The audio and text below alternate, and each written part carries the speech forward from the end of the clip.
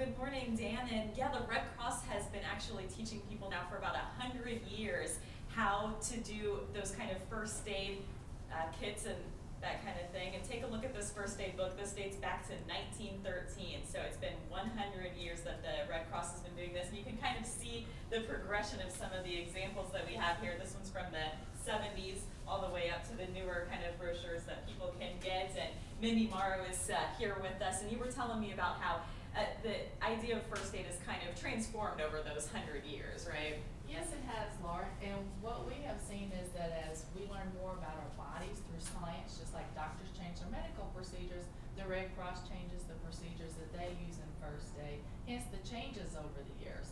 To give you an example, fainting, we used to tell people that if they felt weak to put their head between their legs. But what we learned is if they do actually faint, they can then fall on their head and cause further harm. So now instead we tell people to lie down and elevate their feet above their heart to help with that issue. All right, and you always tell people to have a first aid kit available or make one. Here's some of the examples over here. If we can take a look, I'll kind of step over this way. And what do you kind of tell people are the basics to have? Well, there's all kinds of things that you can have in your first aid kit, and you can either buy a kit or you can make one. And as you see here, we have things as small as one you can throw in your purse for $3 and everything in between, depending on how many people you want to give care to.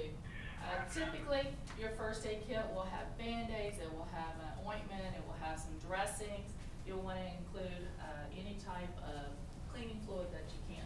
All right, well thanks so much. And we're going to have a lot more on this, including, you mentioned those everyday household items, tube socks. In about half an hour, we're going to have an actual demonstration of how you can use items like this to stop bleeding. So that'll be coming up later on Sunrise. We're live in Evansville. Laura Forbes, 14 News.